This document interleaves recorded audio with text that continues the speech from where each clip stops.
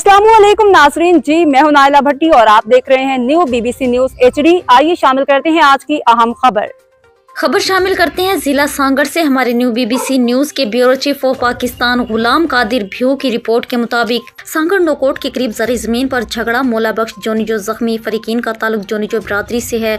सांगड़ नोकोट के करीब ज़री ज़मीन के तनाज़े पर दो फरीकीन के दरमियान झगड़ा हो गया, जिसमें डंडों का ज़्यादा इस्तेमाल किया गया। वाक़े में मौला बख्श जख्मी हुआ, जिसे फौरी तौर पर करीबी हस्पताल मुंतकिल किया गया।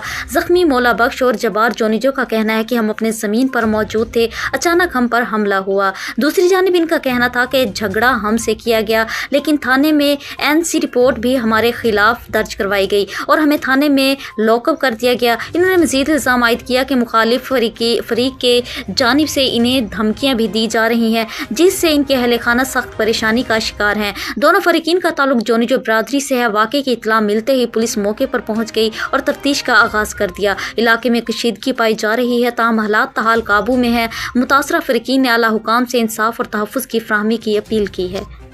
अब तक के लिए इतना ही। मज़ीद खबरों और अपडेट्स के लिए देखते रहें न्यू BBC न्यूज HD।